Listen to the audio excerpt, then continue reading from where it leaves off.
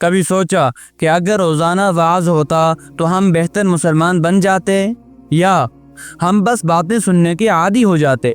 کیا دین کی باتیں ہر وقت سننے کے لیے ہوتی ہیں یا دل کو نرم کرنے کے لیے؟ صحیح وقت پر صحیح خوراک ہونی چاہیے۔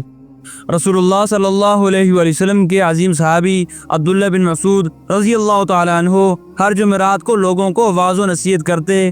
ایک شخص نے عرض کیا، اے ابو عبد الرحمن، کاش آپ ہمیں روزانہ واعظ کرتے۔ تو انہوں نے فرمایا، مجھے یہی چیز روزانہ واعظ سے روکتی ہے کہ میں تمہیں اکتاہٹ میں مبتلا نہ کر دوں۔ میں تمہارے ساتھ وہی برتاؤ کرتا ہوں جیسے رسول اللہ صلی اللہ علیہ وآلہ وسلم ہمارے ساتھ کیے کرتے تھے، تاکہ تم بیزار نہ ہو جاؤ۔ یہ معمولی بات نہیں، یہ نبوی حکمت ہے۔ یہ ہے دین کو دل تک پہنچانے کا طریقہ۔ ہر وقت بولنا، ہر وقت سنانا علم نہیں، شور ہے، کیونکہ جب الفاظ کی قدرت ختم ہو جائے تو اثر بھی ختم ہو جاتا ہے۔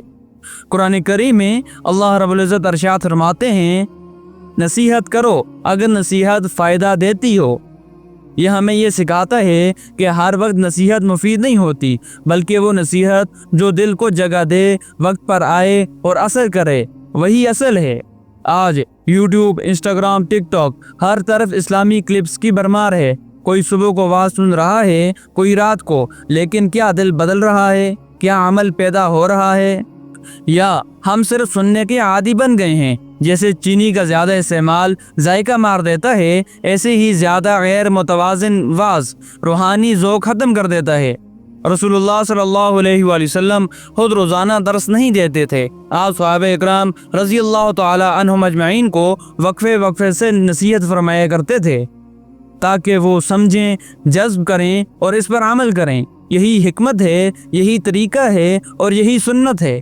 کیا ہم بھی اپنے دین کو صرف ریلز اور کلپس میں سمیٹ کر دیکھ رہے ہیں؟